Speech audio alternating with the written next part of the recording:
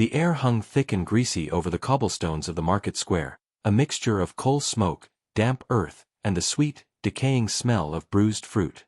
It was a bleak November morning in 1893, and the raw chill seemed to seep into the very bone of every soul present. At the center of the frame, amidst the teeming life of the metropolitan hub, stood Gideon Stagg, the apple seller. He was captured here, frozen in time, the very picture of a common, if slightly disheveled, grocer. His figure, clad in a soiled canvas apron over his waistcoat, was tilted slightly forward, his hands gesturing with a forced enthusiasm towards the piled mounds of russet and green apples. His face, however, betrayed a subtle, twitching nervousness. The eyes, sharp, darting, and just a shade too wide, didn't meet those of his customers but flickered constantly toward the ground. He was mid-haggle with two ladies, figures of respectable society, whose bonnets and voluminous skirts spoke of a class that never truly wanted for a shilling. Around Gideon, the market was a chaotic tableau of commerce and hard living. Crates overflowed with produce, some sturdy and neat, others hastily constructed and splitting. But it was the items directly at Gideon's feet that held the true, terrifying secret. Scattered amongst the wood shavings and stray turnip tops sat a large, roughly tied burlap sack. It was far too heavy for the few, seemingly insignificant bags of potatoes it was supposed to contain. The twine cinching its throat was frayed, amateurishly knotted, and pulled taut over a hidden, dense object nestled deep within. That dense object was not a root vegetable. It was the evidence. Gideon's attention, though outwardly focused on his customers, was psychically tethered to that weighty sack, which contained both the spoils of his recent, desperate theft and the incriminating silver locket that would ultimately link him to the desperate act at St. Jude's orphanage. Every word he spoke, every coin he handled, was a performance hiding the crushing knowledge of the crime he had committed barely 48 hours before. The air within the stone walls of St. Jude's orphanage was usually heavy with the scent of boiled cabbage and carbolic soap, but this morning it was thick with a palpable sense of dread. The children, thin and watchful, moved through their morning chores with unnatural quiet. Mrs. Albright, the matron, a woman whose stern exterior hid a deep, weary affection for her wards, stood by the main entrance, her hand pressed hard against the oak casing where the communal poor-box was mounted.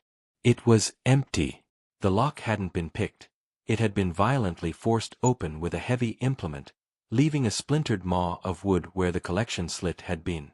Mrs. Albright's face, usually ruddy with the effort of running the cramped institution, was now ashen. She knew exactly what had been lost. It was more than just money. It was the entire sum painstakingly saved through the summer and autumn. Every spare farthing, every penny earned by the older children running errands or knitting scraps, had gone into that box. The sum, £7, 3 shillings and 6pence, was destined to purchase a new stove for the kitchen, one that didn't constantly leak smoke into the sleeping quarters. To the children, this was a fortune, a promise of warmth and better meals. Now, that promise was a gaping hole in the wall. Adding to the immediate distress was the loss of her personal pledge, a small, intricately engraved silver locket that had belonged to her late mother. She had left it next to the poor box, intending to sell it to an unscrupulous pawnbroker to top up the fund. It was the only item of real value she possessed, and its disappearance confirmed that the thief had not only wanted the children's pennies but had scavenged greedily for any scrap of silver. The theft was not just a crime of need, it was a cruel act of contempt. As Mrs. Albright surveyed the damage, a slow, burning rage began to replace the initial shock. She vowed then and there that the person who had robbed her children would be found, no matter the effort, and pay for their devastating cruelty. The two women at Gideon's stall in the photograph were Mrs. Allworth and her sister, Miss Eleanor Price. They were neither wealthy nor destitute, but possessed the sharp, efficient eyes of the well-cared-for middle class, accustomed to inspecting quality and detecting flaws. They were shopping that day not for their own table, but to procure provisions for a philanthropic luncheon, an irony that would later sharpen the pain of their recollections. "These apples look quite sound, Mr. Stagg," remarked Mrs. Allworth, extending a gloved hand to tap one of the topmost fruit, a crisp-looking Ribston pippin. "But the cost seems steep for November, does it not?" Gideon, desperate to conclude the transaction and move the conversation away from his stall's contents, launched into a hurried monologue about poor harvests and the rising tariffs on imported goods. His performance was strained. His usual market banter, often boisterous and slightly crude, was replaced by a tight, clipped drone. Miss Price, less concerned with the price and more observant of human nature, watched the vendor with quiet curiosity. She noted the fine sheen of sweat on his brow, despite the chill, and the way his eyes tracked the movement of the crowd with the panicked intensity of a trapped bird. But the detail that snagged her memory, the one she would later recount to the police, was insignificant at the time. Her gaze drifted down from Gideon's fidgeting hands to the large, irregularly shaped burlap sack resting among the other sacks of root vegetables. She noticed the twine, a common dark brown hemp, was tied with an uncommon, messy, triple knot, the kind of crude securing one might use in a rush, not the practiced loop of a seasoned trader. More peculiar still was the weight of the sack. As a porter moved a nearby empty crate, the heavy sack shifted slightly on the uneven cobblestones, and Miss Price distinctly saw the dark imprint of a rounded object pressing taut against the hemp fibers, an object that seemed denser and harder than any sack of potatoes or turnips should contain. "You have a very heavy load today, Mr. Stagg," Miss Price commented lightly, hoping to prompt a pleasantry. Gideon recoiled, as if struck. "Just winter stock, ma'am," he replied, too quickly, forcing a ghastly smile that did not touch his eyes. "A grand supply of cabbages. Heavy things, cabbages." The sisters paid for their apples, placing them in their basket, and moved on, dismissing the strange encounter. But the image of the sweating grocer, the too tight knot, and the hard, dark shape within the sack were already catalogued in Miss Price's precise mind, a detail waiting for the horror of a future revelation.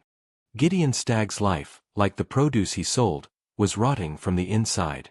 He leased a damp, cramped room above a dubious pawnbroker's shop in the notorious Petticoat Lane, a thoroughfare where legitimate trade mingled uneasily with outright criminality. The whispers of the lane, however, were not about Gideon's poor salesmanship, they were about his crippling debts. For months, the pressure had been mounting. He owed money to the brewery for the ale he drank too much of, to the clothier for a suit he couldn't afford, and most terrifyingly, to a moneylender named Mr. Bleecker, whose methods of collection involved neither patience nor sympathy. Bleecker's last visit, 2 nights prior to the photo, had been brutal. He had left Gideon with a throbbing jaw and a clear, chilling ultimatum: produce the outstanding £10 by the week's end, or suffer a permanent inconvenience. Gideon was a desperate man trapped in a spiral of gambling losses and poor judgment. He'd tried his luck at the card tables at the back of the Blind Pig Tavern, convinced he was one hand away from solvency, only to lose the last of his working capital. He looked at his pathetic pile of shillings and realized they would barely cover the interest, let alone the principal. That was when the dark, inevitable thought surfaced: St. Jude's Orphanage.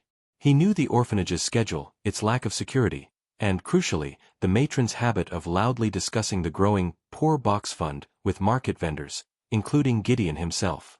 He had overheard Mrs. Albright proudly detailing the children's sacrificial savings just days before. He convinced himself it was not theft, but a temporary loan, a necessary evil to save his own skin.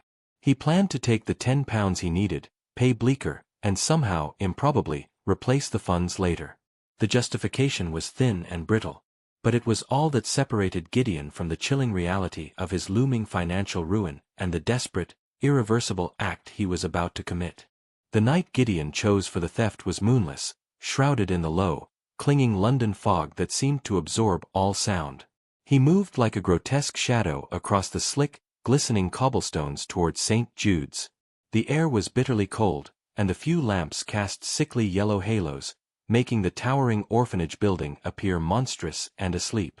He carried a small, worn crowbar, wrapped tightly in a cloth sack to dampen the noise. His heart hammered a frantic, irregular rhythm against his ribs. Every creak of his cheap leather boots sounded deafening in the profound stillness. He knew the layout well enough. The poor box was near a rarely used side entrance. Reaching the old oak door, Gideon worked frantically but meticulously. The lock on the door gave way with a muffled snap, a sound he feared had woken the entire street. Slipping inside, he moved through the dark, echoing hall by the faint light filtering from the gas lamp outside. He found the poor box immediately. It was sturdily mounted. He positioned the crowbar, leveraging his entire weight, and with a sickening crack of splintering wood, the box ripped free from the wall. The money, mostly copper and low-value silver, tumbled to the floor with a rush of metallic chatter. He scooped the coins hastily, his hands trembling with adrenaline. Then, his eyes fixed on the small, polished object lying next to the empty space where the box had been. Mrs. Albright's silver locket. It wasn't money, but it was undeniably valuable, glistening softly even in the near darkness. A moment of internal debate flashed across his mind, a fleeting consideration of his own morality, before greed won. He snatched the locket too, stuffing it deep into his pocket with the coins. The act was quick, silent, and final.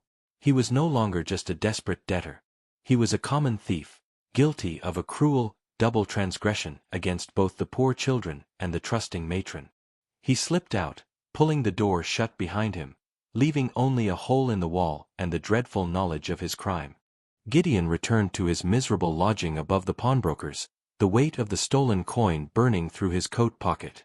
He bolted the door and, by the flickering light of a single tallow candle, spilled the contents onto his rickety table. A paltry sum in pence and shillings, enough to appease Mr. Bleecker for now, but nowhere near enough to truly save him. The children's meager savings looked pathetic and blood-stained under the harsh glow. His eyes fell immediately on Mrs. Albright's silver locket.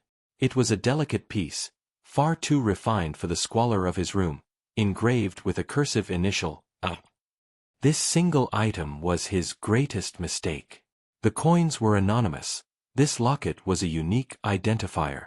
It was too beautiful, too personal, and too obviously stolen from a woman of reputation to be pawned in any nearby shop without instantly raising suspicion. It was a beacon of his guilt. Gideon's initial surge of adrenaline gave way to a cold, paralyzing fear. He couldn't keep it, yet he couldn't dispose of it. Throwing it into the Thames felt too dramatic, too final, and he knew how often the river yielded up its secrets. He needed to hide it until he could decide its fate, or perhaps, until he had enough money to leave London altogether. His gaze swept his room, landing on the large, empty burlap sack he used for transporting market goods, the one he'd secured the night before the photo. It was tucked in the corner, ready for the next day's trade. He took the locket and plunged it deep into the sack's recesses, burying it under a layer of straw and soil remnants. Then he cinched the sack's mouth shut, tying it with a crude, messy triple knot, a knot born of haste and mounting anxiety. The sack, containing this heavy, shameful secret, now felt less like a tool of his trade and more like a tomb. He tried to sleep, but the solid, undeniable weight of the silver, hidden only a few feet away, pressed down upon him, a constant, silent accusation. The call to investigate the theft was answered by Inspector Wycliffe of the local constabulary. Wycliffe was not a man of sudden, brilliant insights, but one of meticulous, methodical paperwork and relentless, logical inquiry. He arrived at St. Jude's on the arm of a uniformed officer, his presence instantly chilling the already somber atmosphere. He spent a long, silent hour examining the scene of the crime. He knelt by the damaged poor box, running a gloved finger over the splintered oak. The force used to rip the box from the wall was considerable. Not the hurried effort of a petty tramp, but the focused, desperate action of someone who knew exactly where to strike. Wycliffe noted the absence of forced entry on the main door. The thief had found or created access elsewhere. More telling than the violence was the selectiveness of the theft. The matron's large, decorative clock still ticked on the mantelpiece. A small, unlocked cash tin of administrative funds sat untouched on her desk. The thief had bypassed easier, greater spoils for a meager sum of children's pennies. Wycliffe straightened up, his brow furrowed. "This was not a random thief, Sergeant," he stated, his voice a low, gravelly sound. "A true ruffian takes the simplest, quickest cash. This fellow knew the contents of the poor box were valuable to the orphanage, and he likely knew of the matron's intent to sell the locket. This suggests familiarity. The culprit is either an employee, a regular visitor, or someone who trades nearby and listens a little too closely to local gossip. He took detailed notes, paying particular attention to the precise details of the stolen locket that Mrs. Albright was able to provide. The cursive I, the unique floral engraving, and the exact, if meager, total of the stolen funds. The market, Wycliffe determined, would be his first port of call. He was looking for a man whose ears were sharper than his conscience, a man who had heard too much and fallen too far. The morning after the photograph was taken, Inspector Wycliffe made his way to the market, a place he understood well, a hive of gossip, honesty, and small-time deceit. His approach was calculated. He wasn't looking for immediate confession, but for inconsistencies. He moved from stall to stall, posing as a general investigator following up on a petty theft near the parish church, avoiding any mention of the orphans' box. His initial exchange with Gideon Stagg was deceptively brief and entirely routine.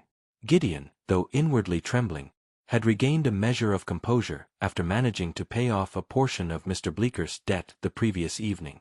He was still jumpy, but his market face, the forced, weary grin, was back in place. Wycliffe leaned on the edge of Gideon's display table, running his thumb over a slightly bruised pear. "Good morning, my man. I'm asking around about an incident near St. Saviour's. Did you hear anything suspicious late Thursday night? Any strangers lurking?" Gideon, busying himself by rearranging a stack of turnips, kept his eyes down. "St. Saviour's? No, Inspector. I was here with my stock until late, then back to my room. I don't pay mind to strangers. Too busy trying to earn an honest crust." He made a great show of wiping down a perfectly clean scale. Wycliffe observed the vendor's unnatural focus on the mundane task. The inspector noted the man's quick, overly loud denial, and the way his hands gripped the scales brass pan a little too tightly. Wycliffe also glanced down and noticed the heavy burlap sack near Gideon's feet, seeing the crude knot that Miss Price had observed.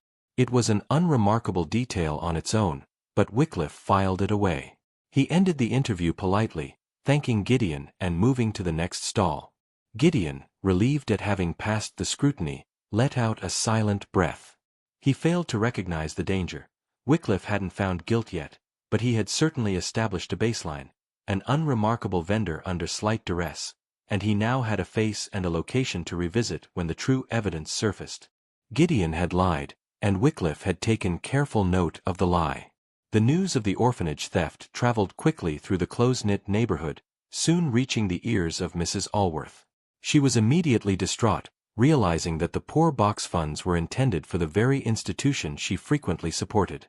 Her sister, Miss Eleanor Price, shared the concern, the cruel irony of their own charity luncheon preparations now striking a sour note. A few hours after Inspector Wycliffe's visit to the market, Mrs. Alworth found herself speaking with Mrs. Albright, offering sympathy and a small, hastily gathered donation. As they spoke of the devastation, the lost stove, the shattered hopes, Mrs. Albright recounted the specific detail that truly wounded her, the theft of her mother's silver locket. The mention of the locket was like a bell tolling in Miss Price's precise memory. She stood listening, and a sudden, unwelcome connection formed in her mind. "The locket, how terrible," she murmured. "Mrs. Albright, when did you tell people about your intention to sell it?" "Oh, only a few market men," the matron sighed. "I was so proud of the fund's size. I told Mr. Stagg, the apple seller, just a few days ago, asking his advice on the best pawn shop." "Stagg?" Mrs. Alworth gasped. "Eleanor, do you remember him yesterday? He was so peculiar." Miss Price nodded slowly. She then recounted her observations from the photograph's captured moment, the man's unnatural fidgeting, the sweat on his brow, and, most critically, the heavy, oddly shaped sack at his feet. She described the rough, amateur triple not cinching the mouth of the burlap sack, noting how it contrasted with the neatly tied bags of his legitimate produce. "He was terribly nervous when I remarked on the weight of that sack, Mrs. Albright," Miss Price said, her voice dropping. "He deflected instantly, claiming it was merely heavy cabbages. But it was far too dense for vegetables." Mrs. Albright's eyes, already exhausted by grief, suddenly sharpened with predatory focus. "Stagg. The name, combined with the detail of his obvious anxiety and the secret weight he guarded, sounded plausible. Miss Price hadn't accused Gideon, but her innocent slip of the tongue, recounting an insignificant market detail, had provided the first vital clue that turned the investigation directly toward the frantic grocer.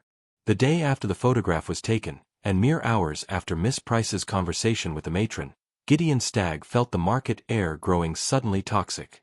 The inquiries about the orphanage theft, though indirect, had unsettled him deeply. He imagined Inspector Wycliffe's methodical gaze was still fixed on his stall, perhaps even on the suspicious sack still resting beneath the apple crates. He knew the time for his temporary lone alibi was over.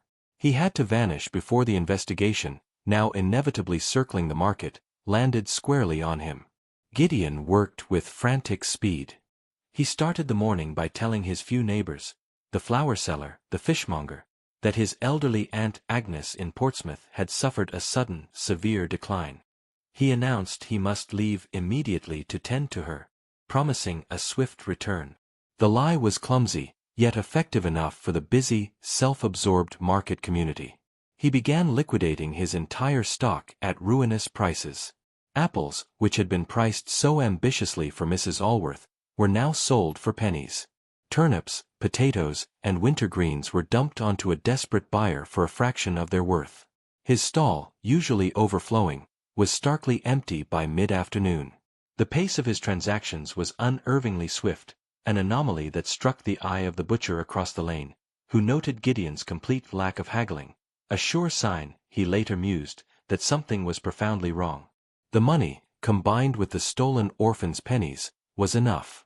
He didn't bother to sell his heavy wooden crates or his canvas awning, he left them as a false promise of return. He wrapped his few personal belongings in a threadbare blanket, retrieving the burlap sack, the one containing the silver locket, and tying it securely to the small bundle. He melted away from the market square not through the main thoroughfare, but through a narrow, muddy side alley, a furtive figure turning his back on London, leaving behind only empty crates and a quickly fading, anxious memory. Inspector Wycliffe returned to the market the following afternoon, his methodical steps directed by the new information gleaned from the matron and Miss Price. He was no longer on a routine inquiry, he was hunting a suspect. He sought out Gideon Stagg's pitch, the location he had so casually noted the day before, expecting to find the man amidst his crates of fruit. Instead, he found a vacuum. The space where Stagg's stall had stood was disconcertingly empty. The canvas awning was gone, the display trestles dismantled, and only a scattering of wood shavings and a few forgotten, blackened apples remained on the cobblestones. Wycliffe immediately felt the cold twist of confirmation. A man maintaining an honest trade does not simply dissolve. He questioned the nearby vendors, his tone sharp and authoritative. The butcher, the flower seller, and the tea merchant all offered similar vague accounts. Stagg had sold off his stock too cheaply, too fast, and had mumbled something about a sick aunt in Portsmouth. They agreed his departure had been suspiciously rapid, lacking the usual lengthy handover or complaints about debt. Wycliffe didn't need further testimony. The speed of the flight was the admission of guilt. He connected the dots instantly. Gideon Stagg had overheard the matron, stolen the funds, and was captured in the photograph moments before liquidating his last assets and absconding. The man he had interviewed casually just yesterday was already halfway across the county, carrying the children's life savings. Wycliffe stared at the deserted patch of ground, the chill of the afternoon settling in. He realized that the one crucial piece of evidence, the heavy burlap sack that Miss Price had described, was now gone with the thief. Gideon Stagg had made a calculated, clean escape, leaving behind nothing but the stark, unsettling sight of an unattended stall where commerce should have been. Frustrated by Stagg's vanishing act, Inspector Wycliffe adopted the methodology he knew best, examining the minutiae. He ordered the empty pitch to be thoroughly searched, focusing on the refuse and detritus left behind. While the police constable combed the area, Wycliffe methodically sifted through the abandoned market scraps. His attention was drawn to a small pile of discarded, soiled sacking and wood shavings near the back wheel of a nearby dray cart. There, partially burned, a deliberate but failed attempt at disposal, was a short length of hemp twine. It was dark brown, thick, and stiff with grime. Wycliffe picked it up, noting its texture and thickness. More importantly, it held a specific, rough formation, a knot that had been strained to breaking point and then hastily cut. This wasn't the neat, professional knot of a seasoned packer. It was the crude, messy triple knot that Miss Price had described, the one she had seen cinching the mysterious, heavy sack at Gideon's feet. It was a common item, yet the specific detail, the knot and its hasty abandonment, elevated it from scrap to circumstantial evidence. Wycliffe held the piece of twine, feeling the truth solidify in his mind. Stagg hadn't just left. He had fled. He had emptied the sack of its incriminating contents, the coins and, undoubtedly, the silver locket, and then attempted to destroy the very last witness to its existence. The twine was a tiny, silent confession. The inspector pocketed the scrap. It confirmed their suspicion and, more crucially, it told them that the stolen goods, the silver, the pennies, were no longer at the market. Stagg was traveling heavy, and Wycliffe's next move had to be to trace the route of a fugitive carrying the weighty knowledge of his crime. Following the trail of the missing grocer, Inspector Wycliffe proceeded directly to Petticoat Lane, arriving at the squalid address Stagg had listed on his market license application. The lodging house was a narrow, perpetually damp building, and the air inside was heavy with the smell of cheap tobacco and stale cooking. Wycliffe was met by the landlady, a stout, suspicious woman with rheumy eyes and a defensive posture. "Stagg? Left in a hurry, he did," she grumbled, blocking the doorway to his cramped room. "Paid his week's rent in cash, a day early. Said his Aunt Agnes was calling him up north. Never seen a man so keen to see his kin." Wycliffe's trained, I noticed the woman was lying about her own lack of interest.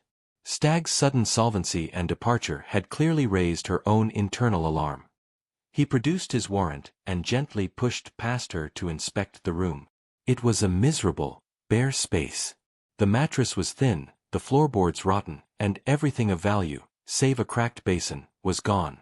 After a quick search, the inspector's patience was rewarded. Tucked beneath a loose floorboard near the empty grate, he found a small, significant trove of clues. First, a hastily scribbled, coded ledger detailing gambling debts and repayments, confirming the why of the theft. Stagg was indeed financially ruined. Second, and far more critical, a train ticket stub. It was crumpled and dated for the afternoon of the previous day, marked London to Southampton. Southampton, a major port city, the gateway to the continent. Stagg wasn't heading north to a sickly aunt, he was heading south to the sea, aiming for escape. The discovery provided the first solid, geographical direction for the pursuit. Wycliffe knew the train journey was long, but not insurmountable. He now had the name, the means, and the destination. He just had to determine if Stagg had already boarded the ship that would take him out of British jurisdiction forever. Inspector Wycliffe and a small team arrived in Southampton just as the first grey light of dawn was stretching over the docks. The train journey had been agonizingly slow, leaving Wycliffe battling the fear that he was chasing a ghost. He showed the station master the train stub and the photograph of Stagg, confirming the vendor had indeed arrived late the previous afternoon. The pursuit led immediately to the crowded, chaotic docks, where the great steamships of the era churned black smoke into the early morning sky. Wycliffe identified the most likely vessel, the SS Andromeda, a steamer bound for Le Havre, France. A quick, stern interview with the ship's manifest clerk confirmed the worst. A passenger matching Stagg's description, traveling under the common name of Mr. Smith, had paid cash for a lower-deck passage just before midnight. Wycliffe raced to the pier, his boots hammering on the weathered wood.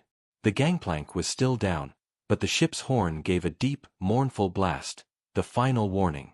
A dock worker pointed out the fleeting figure of a man, burdened by a lumpy, burlap-wrapped bundle, hurrying toward the top of the gangplank.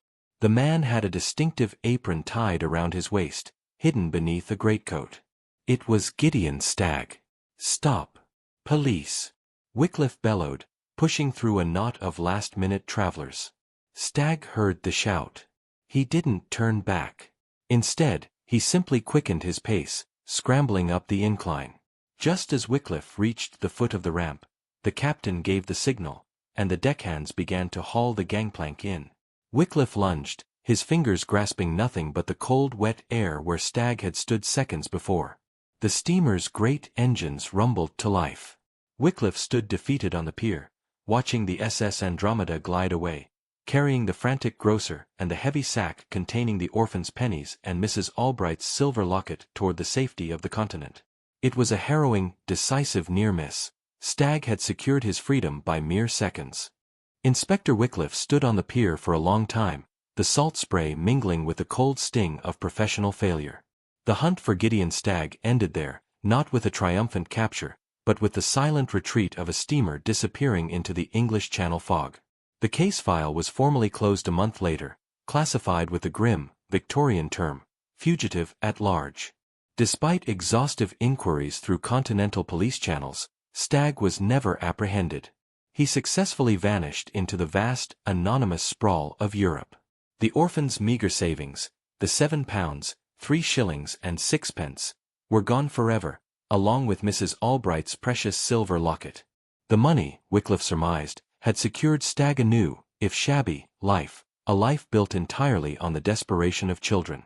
The devastating truth was that the image, the market portrait of 1893, became the only true physical evidence left behind. It was a perfect, accidental capture of a man at the absolute peak of his deceit, his heart pounding with guilt, the evidence resting heavy at his feet, his face a mask of false commerce. St. Jude's Orphanage eventually received a new, second-hand stove, funded by the belated charity of Mrs. Allworth and Miss Price, who felt a deep, personal responsibility for having failed to see the danger right in front of them. The children eventually stopped asking about their stolen pennies, though the memory of the theft remained a dark, persistent lesson in the cruelty of the adult world. Wycliffe kept the small, burnt piece of twine from Stagg's stall, a tangible reminder of how close he had come. He often looked at the photograph, studying Gideon's shifty eyes and the bulk of the fatal sack, a perfect tableau of a life forever fractured, unaware that the fleeting instant of his crime was now immortalized for history. The apple seller had secured his freedom, but in doing so, he had become a haunting legend, the grocer who vanished with the orphans' pennies.